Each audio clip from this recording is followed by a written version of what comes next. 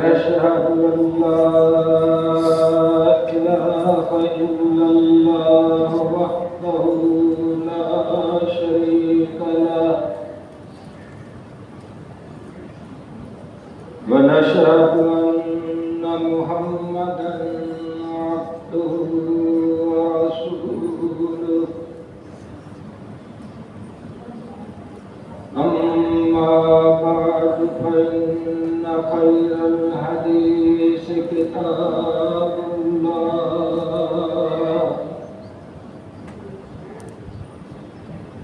وخير الهدي هدي محمد صلى الله عليه وسلم وشر الأمور محدثاتها وكل محدثة بدعة وكل بدعة ضلالة وكل ضلالة في النار.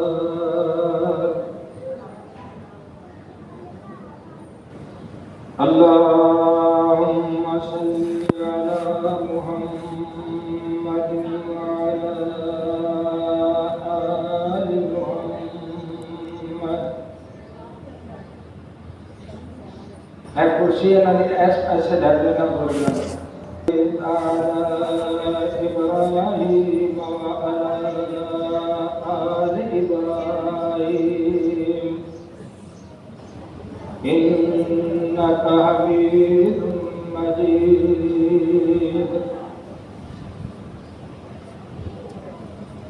اللهم بارك على محمد وعلى آل محمد كما باركت على إبراهيم وعلى آل إبراهيم إنك حميد مجيد. رب أعوذ بك من همزات الشياطين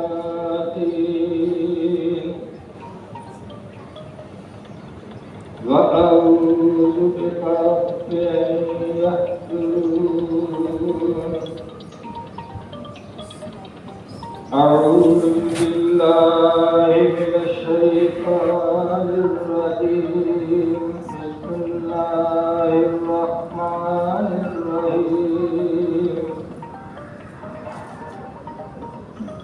قل يا عبادي الذين أسرفوا على أنفسهم لا تقنطوا من رحمة الله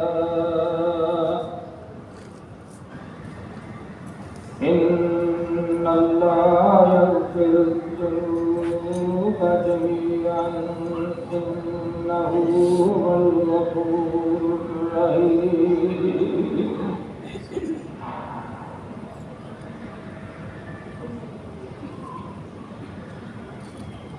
اے پیغمبر اسلام علیہ الصلوۃ والسلام،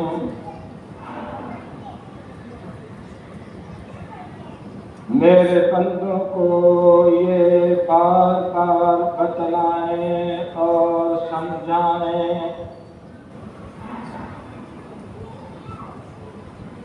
جنہوں نے اپنے آپ پہ بڑے ظلم کیے، نافرمانیاں اور گناہ کیے،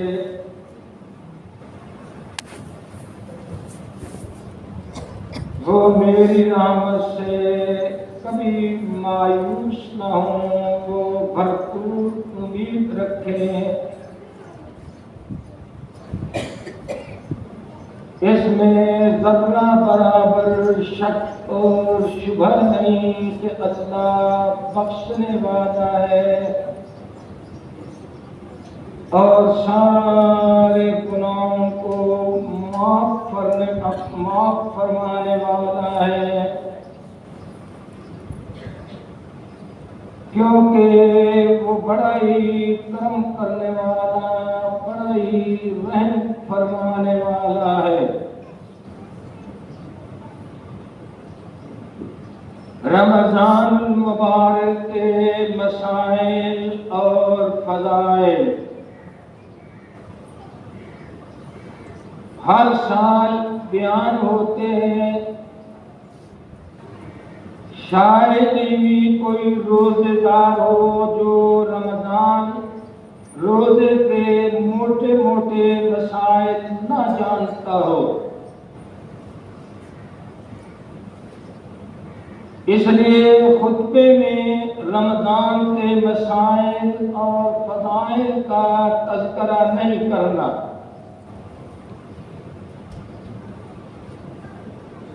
خطبے کا عنوان وہی ہے جو اللہ کے پیغمبر نے رمضان کے فضائل کے سلسلے میں ارشاد فرمایا۔ آپ کا ارشاد گرامی اذا دخل رمضان فتح ابواب السماء فتح ابواب الجنہ فتح ابواب الرحمہ۔ رمضان کی فضیلتوں کا تذکرہ کرتے ہوئے آپ نے 3 الفاظ ارشاد فرمائے۔ پہلا ارشاد یہ ہے فتح ابواب السماء، جو ہی رمضان کا آغاز ہوتا ہے اللہ آسمانوں کے دروازے کھول دیتا ہے۔ یہ بات آپ نے اشارتاً ارشاد فرمائی، کیونکہ قرآن مجید کے اندر موجود نیک اعمال اور ذکر و اذکار یہ مسلسل آسمانوں کی طرف اٹھائے جاتے ہیں، پہنچائے جاتے ہیں۔ بے شمار ایسے برے اعمال جنہیں پہلے آسمان سے ہی مسترد کر دیا جاتا ہے، مردود قرار دیا جاتا ہے، اور اللہ کے ہاں ان کی قبولیت کی کوئی شکل اور صورت نہیں ہوتی۔ اس لیے آپ نے اللہ کے اس ارشاد کی طرف اشارہ کرتے بین السطور فرمائے اذا دخل رمضان فتح ابواب السماء۔ اے نیکی کرنے والوں، نیکی کی طرف اور متوجہ ہو جاؤ۔ 11 مہینوں سے زیادہ اللہ نے قبولیت کے لیے آسمانوں کے دروازے کھول دیے ہیں۔ دوسرا ارشاد یہ فتح ابواب الجنہ، آسمانوں کے دروازے کھولنے کا مطلب یہ ہے کہ جنت کے دروازے کھول دیے گئے۔ اور تیسرا ارشاد یہ فتح ابواب الرحمہ، آسمانوں کے دروازے کھولے کہ نیک اعمال پہنچ پائیں، جنت کے دروازے کھولے کہ وہ اعمال قبول ہو کے عمل کرنے والوں کے لیے جنت استقبال کر رہی ہے۔ رحمت کے دروازوں کا تذکرہ فرما کر اور زیادہ ترغیب دی، شوق دلایا کہ جب تک اللہ کی رحمت تمہارے سامنے حال نہیں ہوگی، ذرا سوچتے جاؤ کس ذہانت کے ساتھ الفاظ استعمال فرما رہے ہیں۔ فرمایا فتح ابواب الرحمت، ہر روزے دار، ہر مسلمان ان الفاظ کے ذریعے یہ اندازہ لگا لے کہ میرا رویہ، میرا انداز، میرے اعمال کیا اللہ کی رحمت شامل حال ہوئی ہے یا میں اسی حال پہ چھوڑا گیا؟ ایک ایک لفظ میں جھنجھوڑ رہا ہے۔ اس لیے میں نے آج کے خطبے کا عنوان رکھا کہ اللہ کی رحمتوں کی انتہا نہیں، لامحدود ہیں، ہمارے تصورات سے کہیں بلند و بالا۔ اس کے لیے خالق کائنات نے نبی کائنات کی ڈیوٹی لگائی کہ میرے محبوب پیغمبر کوشش کریں کہ آپ کی حیات مبارکہ میں یہ پیغام ہر مسلمان تک پہنچ جائے، اور قرآن کے حوالے سے امت کے ذریعے یہ مسلسل پیغام پہنچنا چاہیے۔ پیغام کیا ہے؟ قُلْ يَا عِبَادِيَ الَّذِينَ أَسْرَفُوا عَلَىٰ أَنفُسِهِمْ، میرے بندوں کو سمجھائیں۔ یہاں ضمیر جسے آپ پروناؤن کہتے ہو جمع بھی نہیں لائے کہ ہمارے بندوں کو سمجھائیں۔ ہمارے کے اندر روح اور دبدبا پایا جاتا ہے، یہ ضمیر لا کر اور قربت کا احساس دلایا۔ بے شک تم گناہگار ہو، سارا سال تم مسجدوں کے قریب نہیں آئے، تم نے گھروں میں بھی مصلے اٹھوا رکھے ہیں، تمہارا کردار بظاہر مسلمانوں والا نہیں،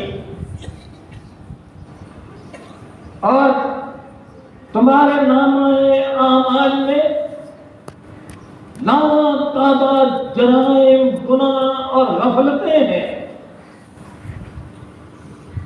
مگر مایوس نہیں ہونا۔ لا تقنطوا من رحمت اللہ، تمہارے گناہوں سے اللہ کی رحمتیں لامحدود ہے، بے حساب ہے، مگر شرط اول یہ ہے کہ تم بھی تو انسان بنو، مسلمان بنو،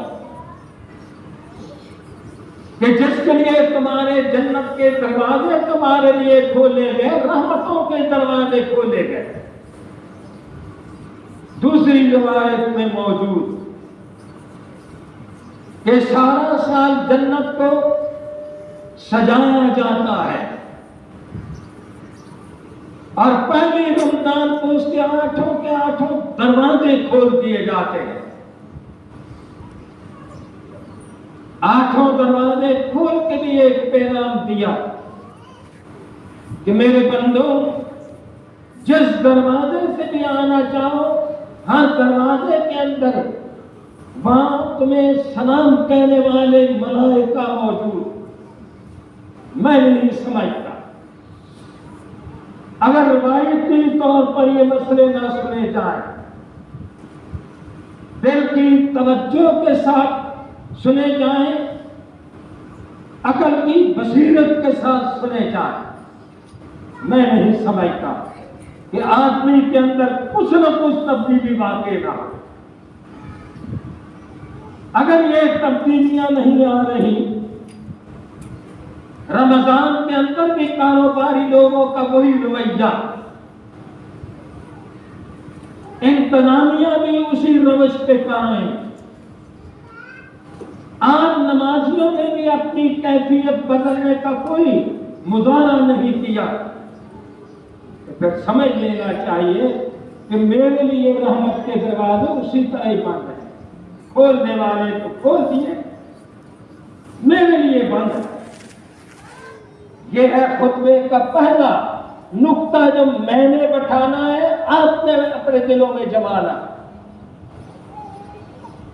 فرمایا وہ سارے کے سارے گناہ معاف کرنے والا،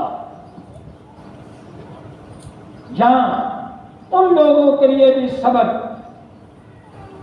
اور ارشاد جو سمجھتے ہیں کہ ہم بڑے گناہگار ہیں، ہمیں کوئی بندہ ڈھونڈنا چاہیے، کسی گدی نشین کے پاس جانا چاہیے، کسی فقیر اور نیک آدمی کو تلاش کرنا چاہیے۔ انہیں بھی سمجھا دیا ہے کہ یہ دائیں بائیں کے آسرے چھوڑو، یہ بیساکھیاں توڑ دو، میرے ساتھ براہ راست رابطہ کرو، میں تمہارے سارے کے سارے گناہوں کو معاف کر دوں گا، مایوس نہیں ہو۔ گویا کہ یہ ڈائریکٹ عقیدہ سمجھایا جا رہا۔ کتنے لوگ ہیں زندگی بھر کوتاہیاں کرتے رہے، مایوس ہو گئے اور پھر ایسی جگہ پہ چلے گئے کہ ان کی گمراہی میں اضافہ ہی ہوا جا رہا۔ اس لیے فرمایا انہ هو الغفور الرحیم، وہ بڑا معاف کرنے والا۔ غفور کہتے ہیں عربی زبان میں، جو الغفور صرف اللہ کی ذات ہے۔ غفور تو عام آدمی بھی ہو سکتا، لیکن الغفور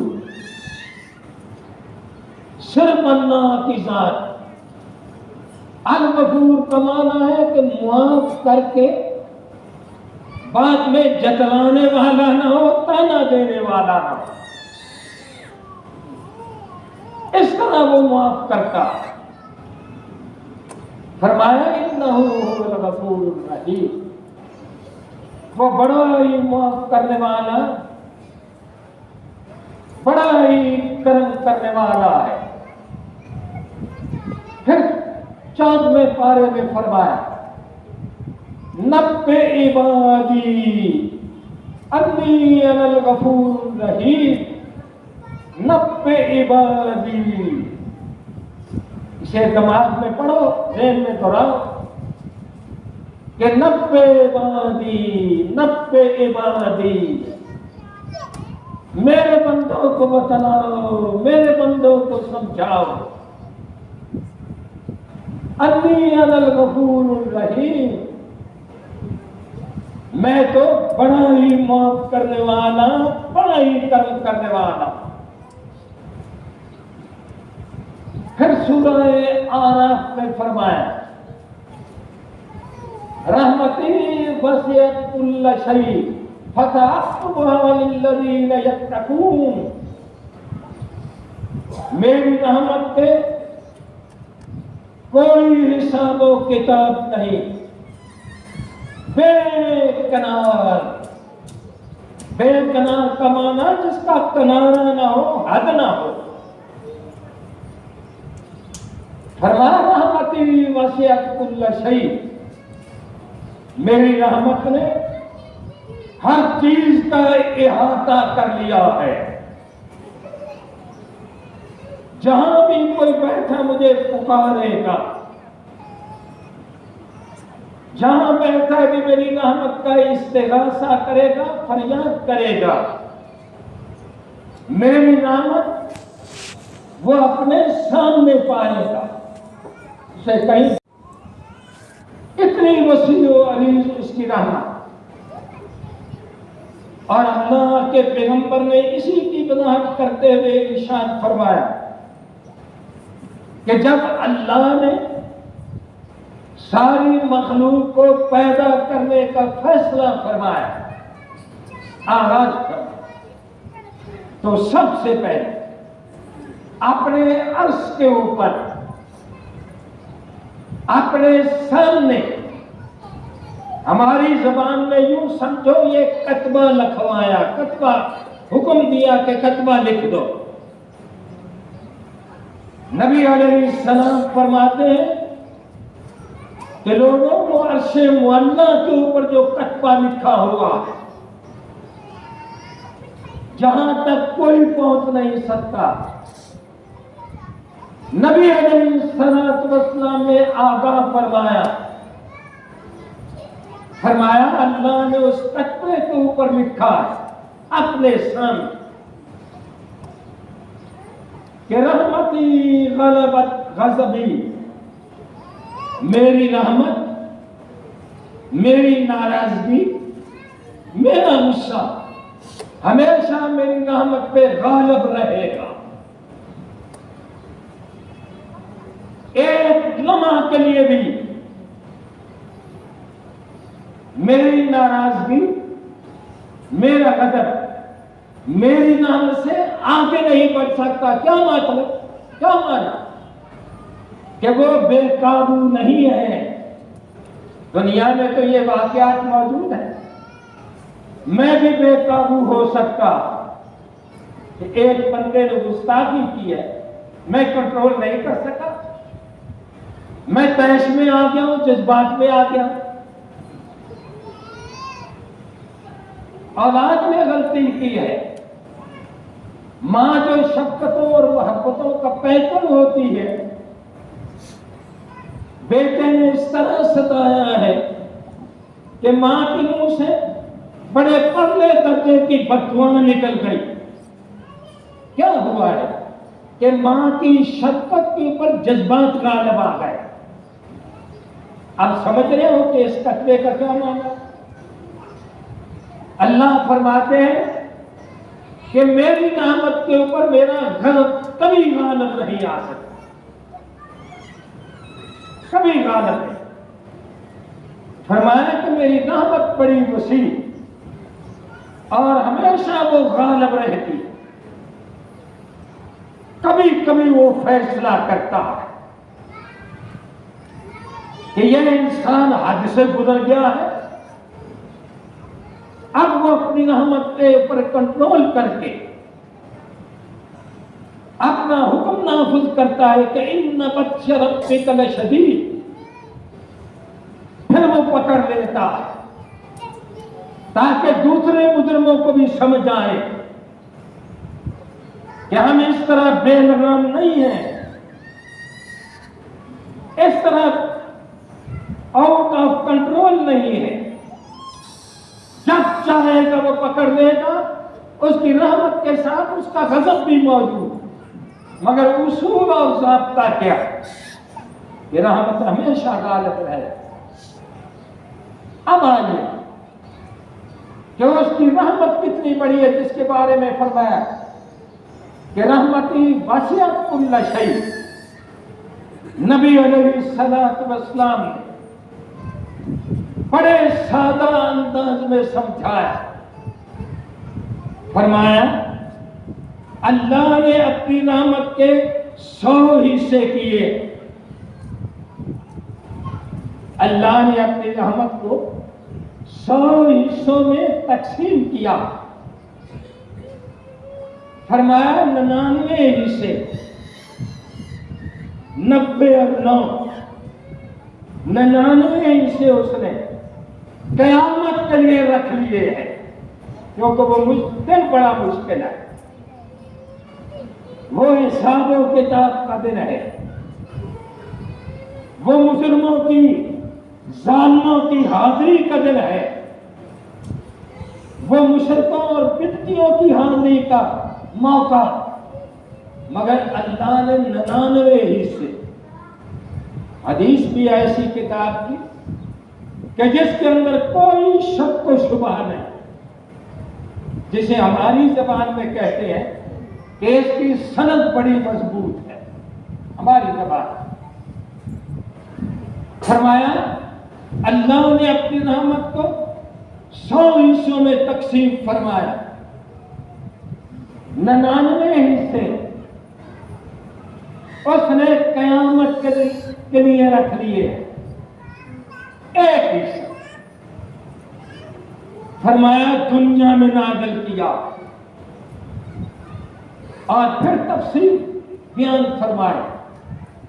فرمایا ماں باپ اگر اولاد کے ساتھ محبت کرتے ہیں، شفقت کرتے ہیں، مہربانی فرماتے ہیں، کہ یہ اسی رحمت کا نتیجہ، اسی رحمت۔ پھر مزید ارشاد فرماتے چلے گئے، فرمایا درندے جو ہیں، درندے، بھیڑیا، چیتا، کتا، وہ کیا ہے؟ فرمایا وہ اپنے بچوں کے ساتھ جو پیار کرتے ہیں نا، درندہ، درندے کو درندہ کہتے ہیں اس لیے ہے کہ اللہ نے اس کی طبیعت میں لحاظ نہیں رکھا۔ درندے کو درندہ اس لیے کہتے ہیں وہ چیر پھاڑ دیتا، چیر پھاڑ،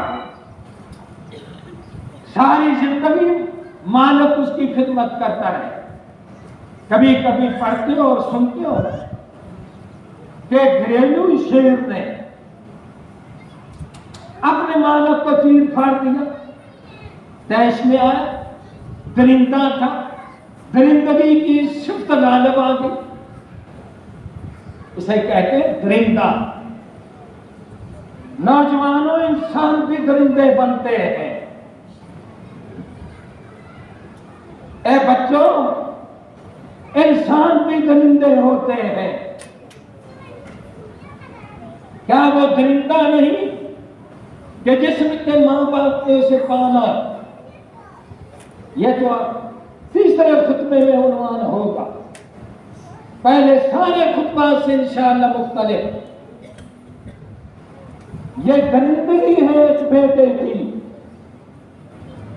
فرمایا درندے جو اپنے بچوں کے ساتھ پیار کرتے ہیں، کبھی چڑیا گھر میں دیکھو، اب تو وہاں جانے کی ضرورت نہیں، اب تو نٹ کے اندر یہ چیزیں موجود ہوتی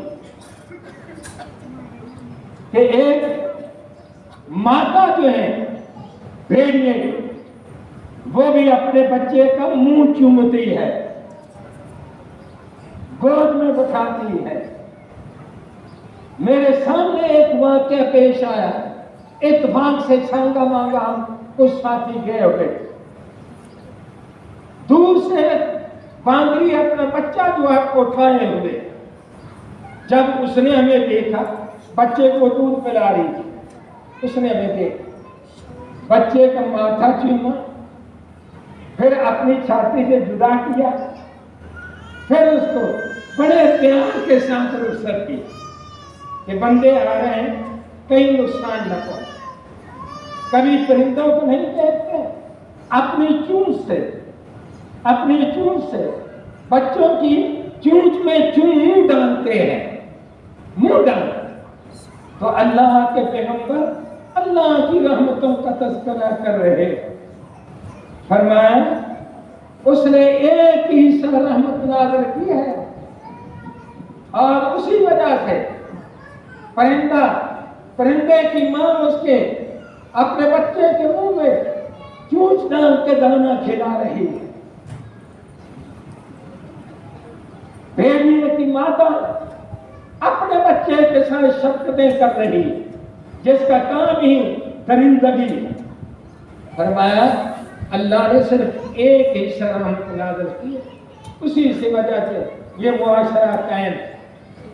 اگر معاشرے کے اندر شفقت اور نرمی ختم ہو جائے تو معاشرہ بکھر کے رہ جائے، یہ انسان نہیں درندے بن کے ایک دوسرے کو کھا جائے۔ یہ جو جمعیت نظر آتی ہے معاشرے میں، یگانیت نظر آتی ہے، معاشرتی آداب نظر آتے ہیں، ایک دوسرے کا لحاظ نظر آتا ہے، یہ ایک حصہ ہے رحمت کا اللہ نے جو نازل فرمایا۔ پھر نبی علیہ الصلوۃ والسلام رحمت کی قدر و منزلت کا بھی تذکرہ فرمایا۔ فہم القرآن تفسیر کے اندر یہ حوالہ بھی موجود حدیث کا کہ نبی علیہ الصلوۃ والسلام کے پاس ایک دن مکہ والوں کا وفد آیا، آنکھیں مطالبہ کرتا، کہتے ہیں اے محمد صلی اللہ علیہ وسلم، ہمیں تو کہنا چاہیے نا،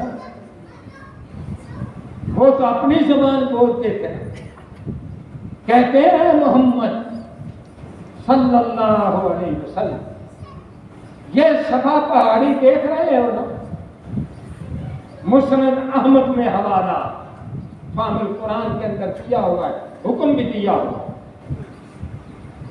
یہ صفا پہاڑی آپ نے نگاہیں اٹھائیں، دیکھا تو بار بار تھا، دیکھ کے فرمایا کہاں میرے سامنے ہے، فرماؤ کیا کہنا چاہتے ہو؟ کہنے لگے یہ صفا پہاڑی اگر ہمارے لیے سونے کا پہاڑ بن جائے مکہ والوں کے، ہم خود تقسیم کر لیں سونے کا پہاڑ، تو ہم تیرے اوپر ایمان لے آئے، ہم توحید مان جائیں۔ نبی علیہ السلام فرماتے ہیں دیکھ لو، سوچ لو کیا کہہ رہے ہیں، اگر واقعی یہ پہاڑ تمہارے لیے سونے کا بن جائے تو اپنی بات پہ پکے رہو گے؟ مشرک کب پکا رہتا؟ نہ بدعتی پکا رہتا ہے، نہ مشرک پکا رہتا، نہ بدعتی کو حدیث کے اوپر سنت کے اوپر تسکین ہوتی ہے، نہ مشرک کو اللہ کی عبادت کے اوپر تسلی ہوتی ہے۔ کب انہوں نے قائم رہنا؟ یہ گفتگو ہو ہی رہی تھی تو جبریل امین آیا، اللہ کا پیغام دیا کہ اے نبی جنامی علیہ السلام، آپ کے رب کا ارشاد ہے، تو میں ابھی صفا پہاڑی تو سونے کا بنا دیتا ہوں چلیے، مگر ان کو بتلا دو کہ اگر پھر ایمان نہ لائے تو میرا عذاب بڑا شدید ہوگا، میرا میٹ کر کے رکھ دوں گا ان کو، ایک لمحہ کی گنجائش بے باقی نہیں ہے۔ یہ ہے اللہ کا غضب جس سے بچنا ہے۔ نبی علیہ السلام نے جب یہ اللہ کا فرمان سنا تو جبریل سے فرمایا نہیں، میرے رب کو جا کے میری طرف سے درخواست کر دو، درخواست کہ اللہ اپنے بندوں کے لیے رحمت کے دروازے کھلے رکھنا، توبہ کا دروازہ کھلا رکھنا۔ گویا کہ توبہ اور اللہ کی رحمت سونے کے پہاڑ بن جائے دولت مندو اور کاروباری لوگوں اور مالدار، دیکھ لو ایک طرف اللہ کی رحمت، دوسرے طرف یہ مال، فیصلہ کس طرح ہونا ہے؟ ایک تو قیامت کا دن ہوگا، ایک ہم نے خود بھی کرنا کہ اللہ نے مال دیا ہے، میں اندازہ کروں تو اس کی رحمت ہے یا آزمائش؟ رحمت کا اندازہ تو اسی سے ہوگا کہ جب وہ غریبوں میں مسکینوں میں اس کی زکات دے رہا ہے، اس کا حق ادا کرنا، یہ فیصلہ ہر مالدار کر سکتا۔ تو اللہ کے پاک نبی نے ارشاد فرمایا سونے کا پہاڑ نہیں، تیری رحمت کے تیری طرف سے توبہ کی قبولیت کے دروازے کھلے رہنے چاہیے۔ یہ ہے اللہ کی رحمت۔ آؤ اللہ کی رحمت کس طرح نازل ہو رہی ہے؟ حدیث مبارکہ میں بڑی تفصیل کے ساتھ مقدس الفاظ میں اس کا مفہوم عرض کرتا تاکہ زیادہ بات کر سکوں، وقت کے اندر کر سکوں۔ حدیث میں آیا ہے، قرآن کے اندر بھی موجود، آپ کو بھی مفہوم یاد ہے کہ کرامن کاتبین یعلمون ما تفعلون، کہ فرشتے یہاں بیٹھے میرا خطبہ بھی لکھ رہے ہیں، ساتھ ساتھ میری نیت بھی لکھ رہے ہیں۔ معمولی کام نہیں، بڑا نیکی کا کام ہے، لوگوں کا نیکی کی ترغیب دینا، تبلیغ کرنا، مگر بڑا مشکل ترین کام ہے، بڑا نازک ترین کام۔ میرے الفاظ بھی لکھے جا رہے ہیں، میری نیت اور جذبات بھی نقل کیے جا رہے ہیں، ساتھ ساتھ مجمع جمانے کے لیے بات کر رہا ہے یا واقعہ اللہ کا پیغام دل سے پہنچا رہا، بڑا نازک کام ہے۔ کاش منبروں میں آپ اس نقطے کو پا جائیں، اس کو پا جائیں۔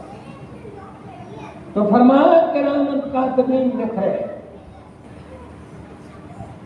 وہ آپ کو بھی لکھ رہے ہیں کہ کانوں کے چسکے کے لیے سن رہے ہیں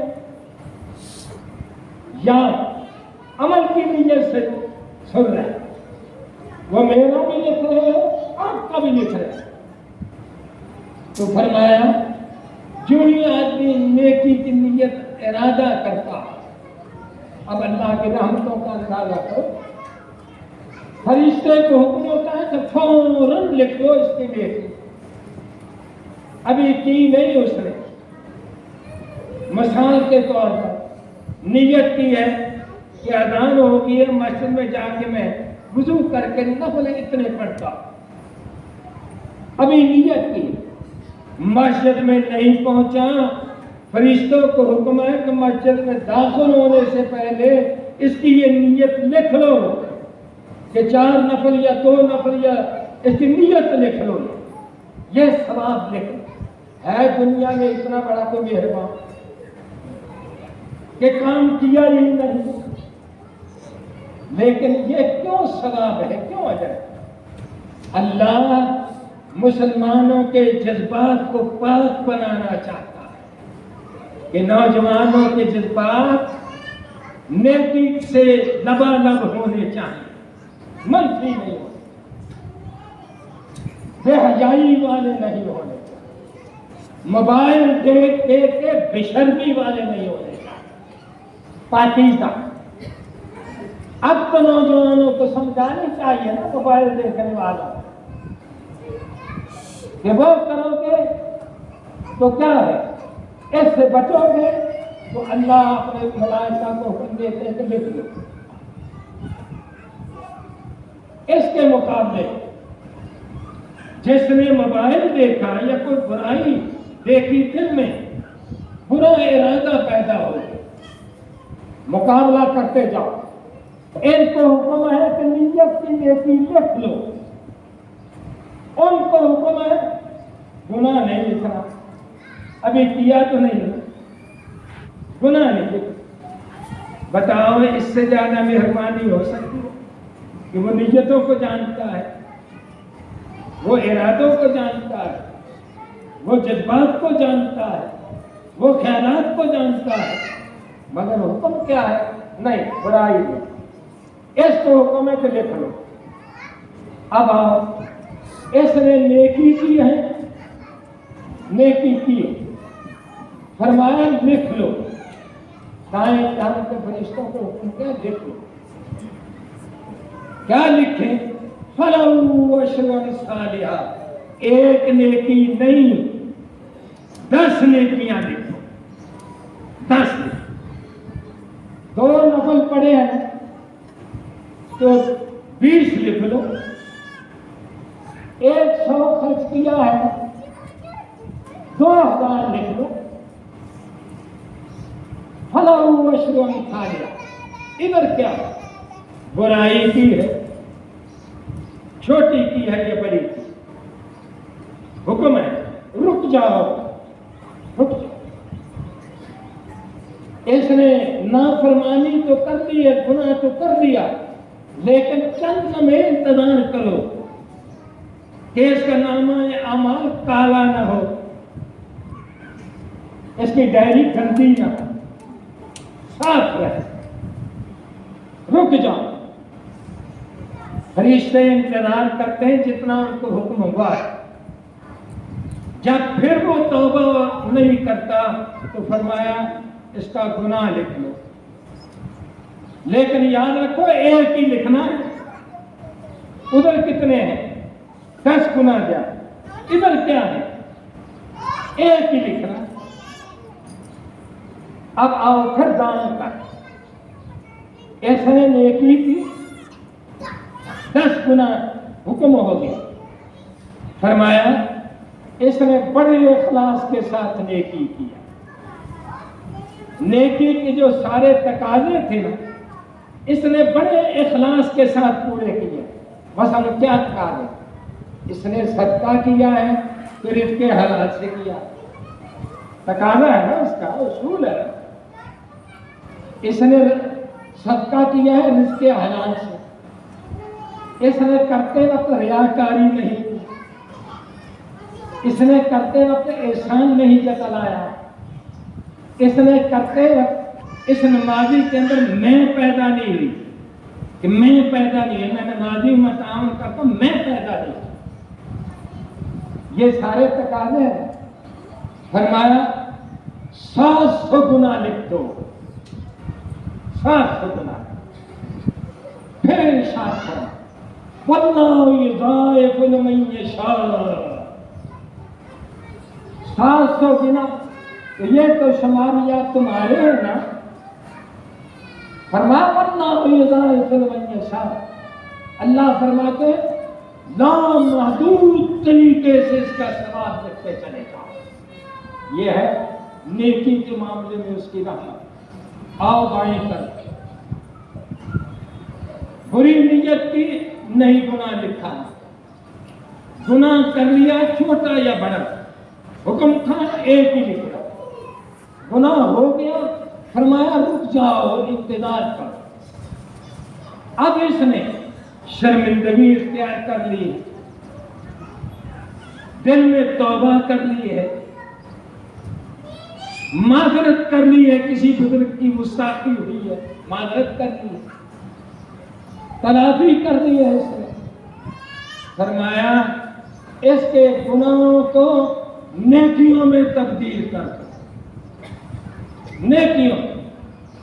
یبدل اللہ سیئاتکم حسنات ان الحسنات یذہبن السیئات ذالک ذکری للذاکرین۔ یہ قرآن پڑھ رہا، فرمایا اس کی توبہ قبول کر لی جاتی اور اس کی خطاؤں کو نیکیوں میں بدلنے کا حکم دے دیا جاتا۔ یہ ہے اس کی رحمت جو ہر سال سنتے ہو، رمضان کی فضیلت۔ اسی سے میں نے ابتدا کی تھی کہ اللہ کے پیغمبر نے اس رمضان کے روزوں کو فضائل ذکر کرتے ہوئے یہ الفاظ کہے، فرمایا فتح ابواب السماء، آسمان کے دروازے کھول دیے گئے، نیکیوں پر جا رہی ہیں۔ فتح ابواب الجنہ، جنت کے 8 دروازے کھول دیے گئے۔ فتح ابواب الرحمہ، اور اللہ کی رحمت مسلسل نازل ہو رہی ہے، اس کا اندازہ میں نے اور آپ نے کرنا ہے۔ اگر 11 مہینوں سے کوئی طریقہ بدل گیا ہے، کوئی طرز زندگی میں کوئی تبدیلی آ گئی ہے، تو پہلے سے زیادہ نیکی کی طرف رغبت ہو گئی ہے، تو پہلے سے زیادہ فرائض اور نوافل پڑھے جا رہے ہیں، تو سمجھ لو میرے لیے رحمت کے دروازے بھی کھل گئے ہیں، جنت کے دروازے بھی۔ آؤ اس حدیث کے مطابق یہ رمضان المبارک گزارنے کی کوشش کرو۔ جب افطاری کرتے ہو تو اندازہ کرو کیا کھویا اور کیا پایا۔ جب عشاء کی نماز ہوتی ہے، مسجد میں آ جاؤ، تراویحیں پوری پڑھ لو۔ ان لوگوں کی طرح نہیں جو 4 پڑھ کے چلے جاتے ہر مسجد، ان کے نصیبے کے بارے میں کیا لفظ کہنا چاہتے، ہر سال ہی یہ وتیرہ، ہر رات ہی یہ انداز۔ وہ کس طرح اندازہ کریں گے کہ اللہ کی رحمت میری طرف کتنی آئی ہے، میں کس قدر اس سے فائدہ حاصل کر رہا ہوں۔ اللہ ہمیں اس انداز میں رمضان المبارک گزارنے کی ہمت اور توفیق نصیب فرمائے۔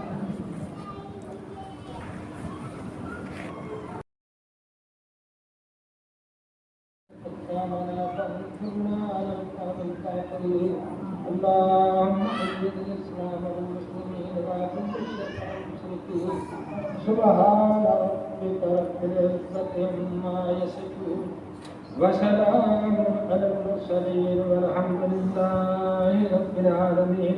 پیچھے کافی ساتھی کھڑے ہیں، صفوں کے درمیان خلا نہیں ہونا چاہیے، یہ دریا اس لیے بچھائی ہے۔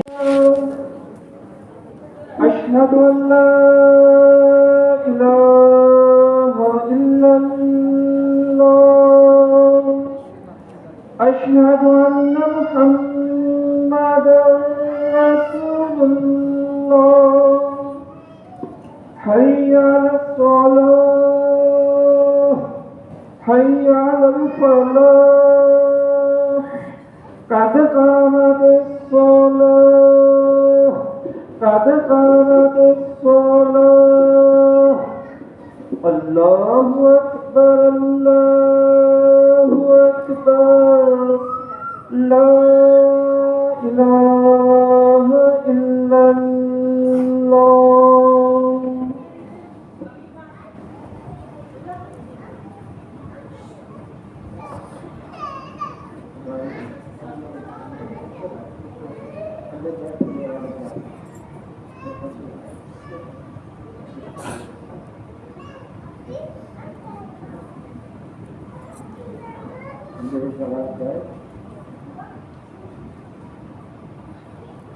اللہ اکبر۔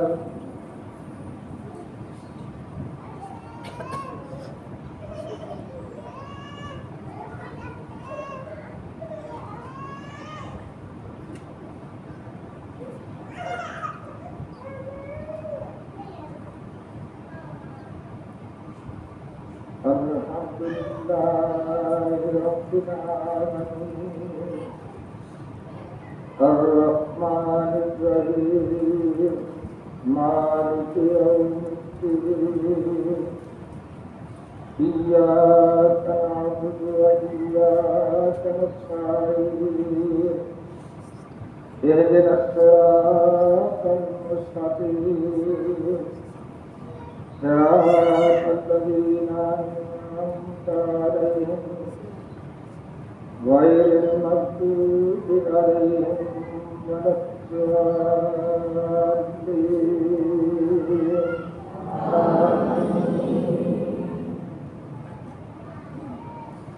قد أفلح من تزكى وذكر اسم ربه فصلى، بل تؤثرون الحياة الدنيا والآخرة خير وأبقى، إن هذا لفي الصحف الأولى شوق إبراهيم وموسى الله أكبر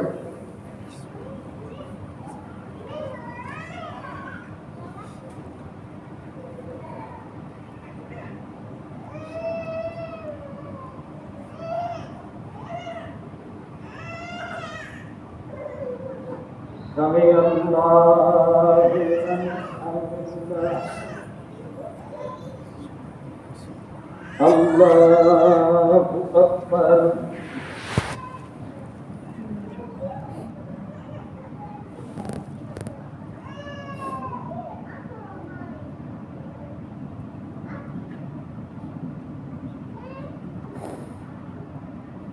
الله أكبر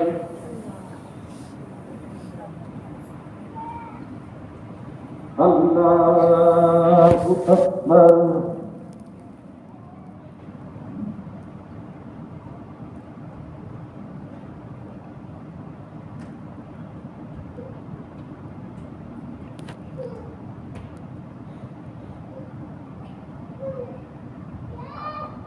الله أكبر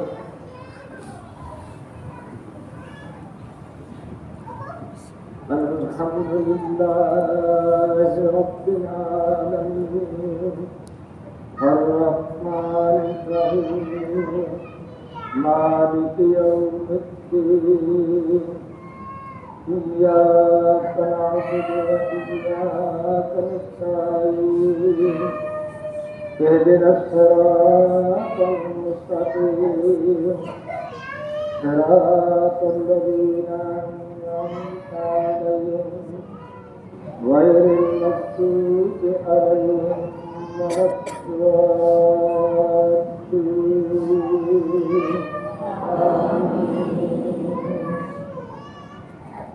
أفلا ينظرون إلى الإبل كيف خلقت وإلى السماء كيف رفعت وإلى الجبال كيف نصبت وإلى الأرض كيف سطحت فذكر إنما أنت مذكر لست عليهم بمسيطر إلا من تولى وكفر فيعذبه الله العذاب الأكبر إن إلينا إيابهم ثم إن علينا حسابهم الله أكبر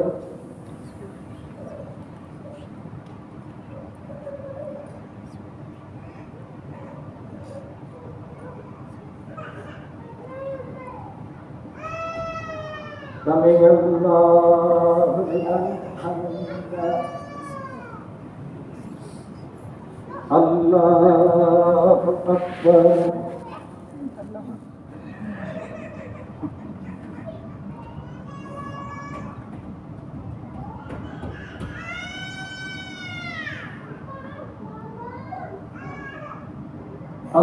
الله أكبر الله أكبر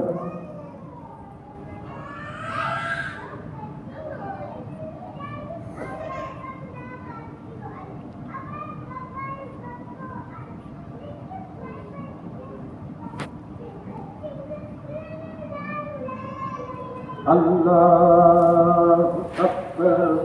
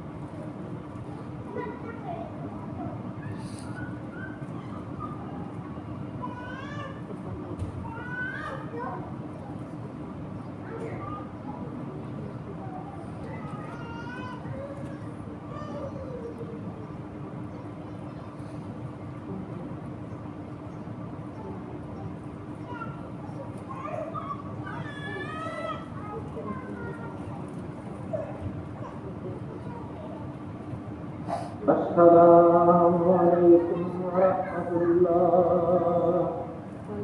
السلام علیکم ورحمۃ اللہ۔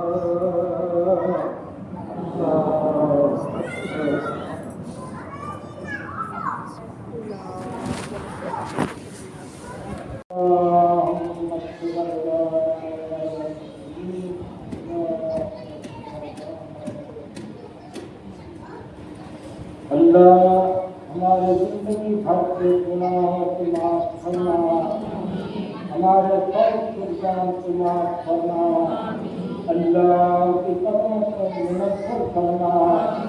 اے اللہ ہمارے افرادی اور اجتماعی مسائل حل کرنا۔ اللہ ہمارے ملک میں ہر قسم کا اچھا استحکام پیدا کرنا، استحکام پیدا کرنا۔ اللہ اپنے بندوں کی نیک دعاؤں، نیک مرادوں کو مقبول کرنا، مستجاب کرنا۔ اے اللہ پورے اخلاص کے ساتھ نیکی کرنے، روزے رکھنے، تراویح کرنے کی ہمت نصیب کرنا۔ صلی اللہ علیہ محمد و آلہ